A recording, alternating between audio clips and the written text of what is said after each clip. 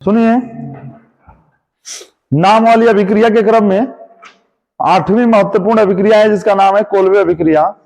तो कोल्बे अभिक्रिया हर साल पूछा जाता है। इंपॉर्टेंट ये है कि इसमें फिनाल की क्रिया अम्लीय माध्यम में क्षार के साथ या NaOH के साथ तथा कार्बन डाइऑक्साइड के साथ कराते हैं तो सैलिसिलिक अम्ल मिलता है।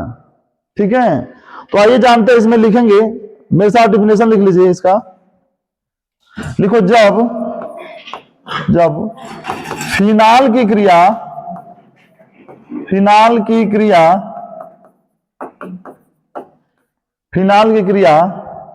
NaOH की उपस्थिति में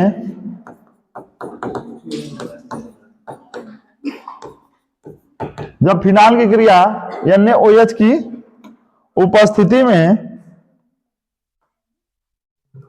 उपस्थिति में कार्बन डाइऑक्साइड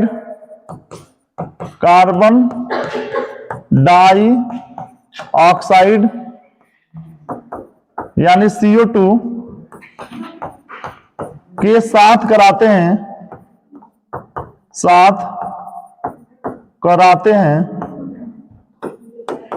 तो सैलिसिलिक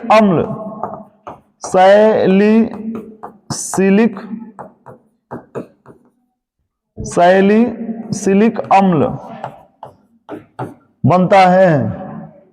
सैलिसिलिक अम्ल बनता है। इस अभिक्रिया को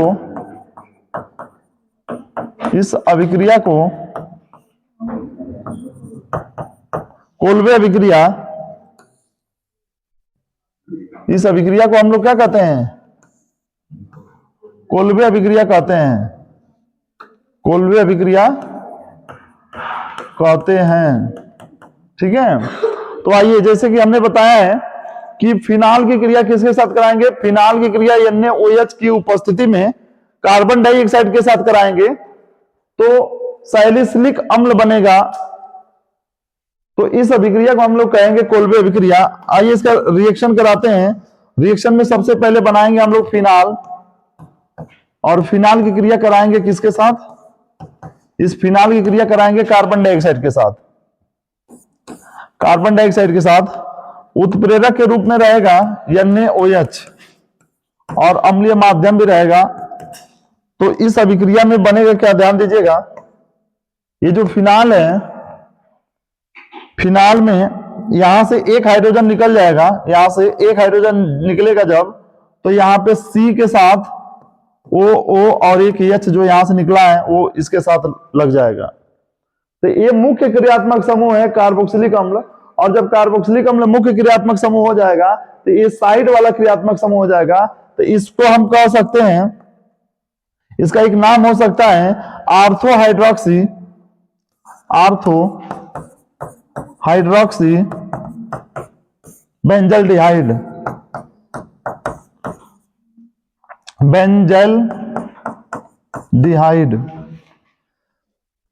सॉरी, बेंजोइक अम्ल। आर्थो हाइड्रोक्सी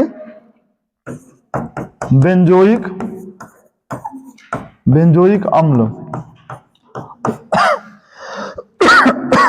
या इसे हम सैलिसिलिक अम्ल भी कह सकते हैं। इसे हम क्या कहेंगे? सैलिसिलिक अम्ल भी कह सकते हैं। तो ये हमारा बनेगा सैलिसिलिक अम्ल, और इसका नाम एक और हो जाएगा आर्थो हाइड्रोक्सी बेंजोइक अम्ल। ठीक है, तो ये रहा हमारा कोल्बे अभिक्रिया। फिर से एक बार बता रहे हैं कि जब फिनाल की क्रिया कार्बन डाइऑक्साइड के साथ कराएंगे NaOH की उपस्थिति में तो बनेगा आर्थो हाइड्रोक्सी बेंजोइक अम्ल, जिसे हम कहते हैं सैलिसिलिक अम्ल। तो यह अभिक्रिया बहुत ज्यादा इंपॉर्टेंट है बोर्ड परीक्षा के लिए। तो इसको लिख लीजिए,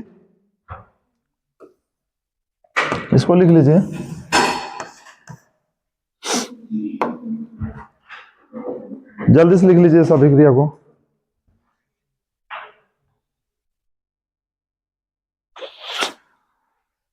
ग्लव्स की अगला महत्वपूर्ण अभिक्रिया है रोजनमुंड अपचयन।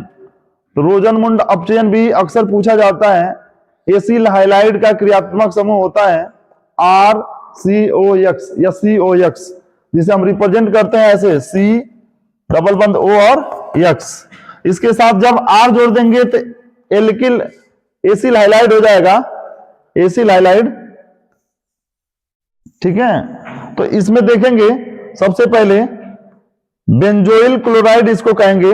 अगर ये बेंजीन के साथ जुड़ जाए, बेंजीन के साथ अगर जुड़े COX या COCl तो इसको हम बेंजोइल क्लोराइड कहेंगे। तो इसका डिफिनेशन लिख लेंगे कि बेंजोइल क्लोराइड, लिखिए बेंजोइल क्लोराइड, बेंजोइल क्लोराइड की क्रिया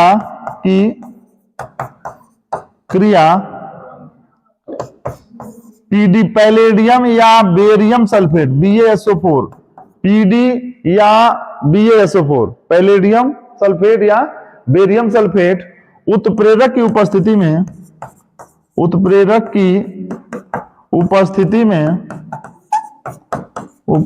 में हाइड्रोजन से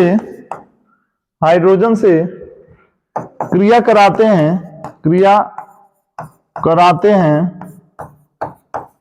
तो बेंजल्डिहाइड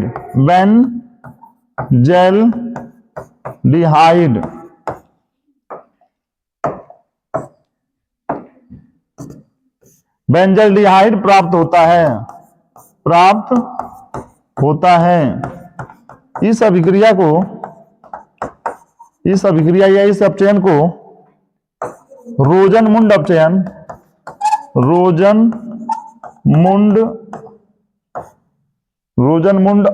कहते हैं।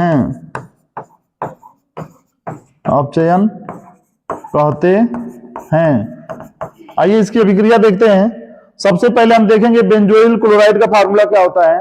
तो बेंजोइल क्लोराइड को हम ऐसे लिखेंगे, कुछ ये बेंजीन है और बेंजीन पे हम लिखेंगे C डबल बंद और OCl, ये हो जाएगा बेंजोइल क्लोराइड। और बेंजोइल क्लोराइड की क्रिया अगर हम किसके साथ करा दें, हाइड्रोजन के साथ करा दें, उत्प्रेरक के रूप में इसमें रहेगा हमारे पास बेरियम या पैलेडियम सल्फेट। और इस उत्प्रेरक की उपस्थिति में जब क्रिया कराएंगे तो हाइड्रोजन परमाणु क्लोरीन के साथ क्रिया कर लेगा। ये हाइड्रोजन परमाणु किसके साथ क्रिया कर लेगा, क्लोरीन के साथ क्रिया कर लेगा। तो ये बन जाएगा हमारे पास, ध्यान दीजिए, जब क्रिया होगी तो यहां से क्लोरीन टूट करके बाहर निकल जाएगा और दो हाइड्रोजन है तो एक हाइड्रोजन यहां पे लग जाएगा और एक हाइड्रोजन Cl के साथ लग जाएगा। इस प्रकार हमारा बन जाएगा बेंजीन के साथ CHO जुड़ा हुआ है और बेंजीन के साथ जब CHO जुड़ेगा तो उसे हम क्या कहेंगे, बेंजल्डिहाइड कहेंगे। क्या कहेंगे, बेंजल्डिहाइड कहेंगे। तो ये हमारा बन जाएगा बेंजल्डिहाइड और ये हो जाएगा बेंजोइल क्लोराइड। तो बेंजोइल क्लोराइड की क्रिया पैलेडियम या बेरियम सल्फेट उत्प्रेरक की उपस्थिति में हाइड्रोजन के साथ क्रिया कराते हैं तो क्लोरीन टूट करके उसके स्थान पर हाइड्रोजन लग जाता है, यानी हाइड्रोजन का जुड़ना ही क्या कहलाता है, अपचयन कहलाता है। और इस प्रकार के अपचयन को हम कहते हैं रोजनमुंड अपचयन। तो इस अभिक्रिया को भी जल्दी से नोट कर लीजिए, यानी दो महत्वपूर्ण अभिक्रियाएं हमारी हो गई, कोल्बे अभिक्रिया और रोजनमुंड अपचयन। ठीक है, तो जल्दी से इसको लिख लीजिए। जब एल्किल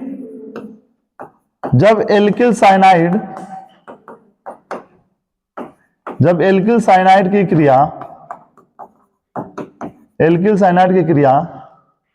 SnCl2 या HCl उत्प्रेरक की उपस्थिति में SnCl2 या HCl उत्प्रेरक की उपस्थिति में हाइड्रोजन से H2 से कराते हैं तो इमीन बनता है।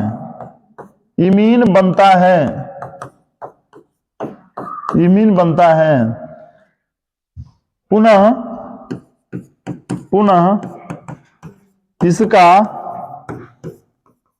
जल अपघटन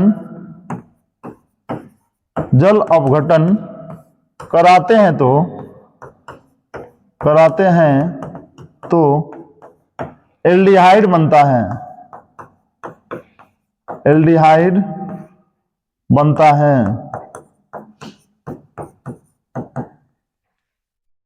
इसलिए इस अभिक्रिया को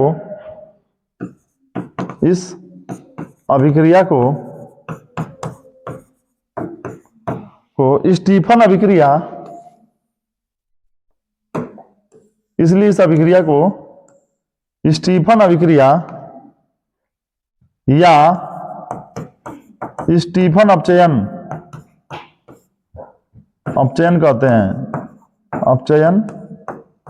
कहते हैं। ये डिफिनेशन लिख लिया आप। अब इसका अभिक्रिया समझिए, बहुत ज्यादा इंपॉर्टेंट अभिक्रिया है इसकी, ठीक है। तो अभिक्रिया में देखिए क्या होता है, सबसे पहले एल्किल साइनाइड लेंगे, ठीक, एल्किल साइनाइड, इसको नाइट्राइल भी कहते हैं, आर सी और एन, ये तीन बंद एन से जुड़ा होता है साइनाइड में। अब इसकी क्रिया किसके साथ कराएंगे हम, हाइड्रोजन के साथ कराएंगे। जब हाइड्रोजन के साथ कराएंगे इसकी क्रिया, जब हाइड्रोजन के साथ कराएंगे, लेकिन उत्प्रेरक के रूप में रहेगा, इसमें उत्प्रेरक के रूप में रहेगा हमारा क्या, HCl2 या HCl, ये उत्प्रेरक का कार्य करेगा। और जब इसकी अभिक्रिया कराएंगे, ध्यान दीजिए सब बच्चे, जब इसकी अभिक्रिया कराएंगे तो ये बंध टूट जाएगा, इसमें से एक बंध टूट जाएगा, और एक बंध टूटने के कारण ये दो हाइड्रोजन में से एक हाइड्रोजन इसके साथ लग जाएगा और एक हाइड्रोजन इसके साथ लग जाएगा, और इसी मध्यवर्ती को हम कहते हैं इमीन। क्या कहेंगे, इमीन कहेंगे। और जब इस इमीन की क्रिया जल के साथ कराएंगे, यानी इसका अपघटन हम जल के साथ कराएंगे, तो जल अपघटित होकर के, ध्यान दीजिए क्या बनेगा, जल अपघटित होकर के, ये इमीन जल अपघटित होकर के एल्डिहाइड बनाएगा। क्या बनाएगा, यहां से जब डबल बॉन्ड टूट जाएगा, तो ये NH बाहर आ जाएगा। अब देखिए ध्यान से, यहां दो हाइड्रोजन है, एक ऑक्सीजन है, तो जो ऑक्सीजन है इसके साथ लग जाएगा, और दो हाइड्रोजन है तो एक हाइड्रोजन पहले से एक हाइड्रोजन और लगेगा, तो क्या बन जाएगा, अमोनिया, और इस तरह से बन जाएगा एल्डिहाइड बन जाएगा। क्या बन जाएगा, एल्डिहाइड बन जाएगा। किसी कोई दिक्कत, इस तरह से एक अभिक्रिया और इसका लिखेंगे। अगर मान लीजिए हम बेंजीन के साथ साइनाइड जोड़े हैं, CN जोड़े हैं, और इसकी क्रिया भी हाइड्रोजन के साथ करा दें, उत्प्रेरक रहेगा हमारा,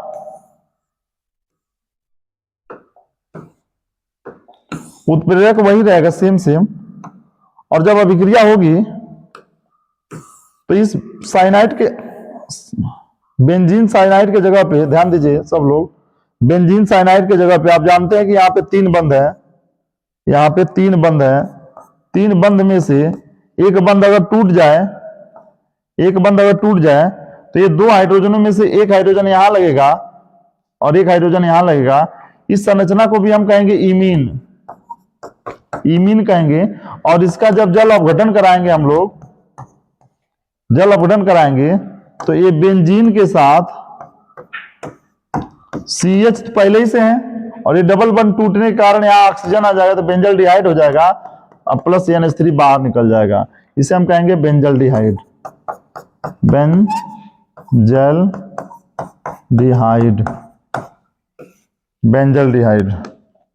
इस बेंजल्डिहाइड को भी लिख लीजिए। यानी इस तरह से हमारा ये है स्टीफन अभिक्रिया, और स्टीफन अभिक्रिया बहुत ज्यादा इंपॉर्टेंट है। तो जितनी नाम वाली अभिक्रियाएं हैं आपके बोर्ड परीक्षा के लिए बहुत महत्वपूर्ण है, इसलिए इन सभी अभिक्रियाओं को प्रैक्टिस आप घर पे करेंगे, ठीक है, नोट कर लीजिए।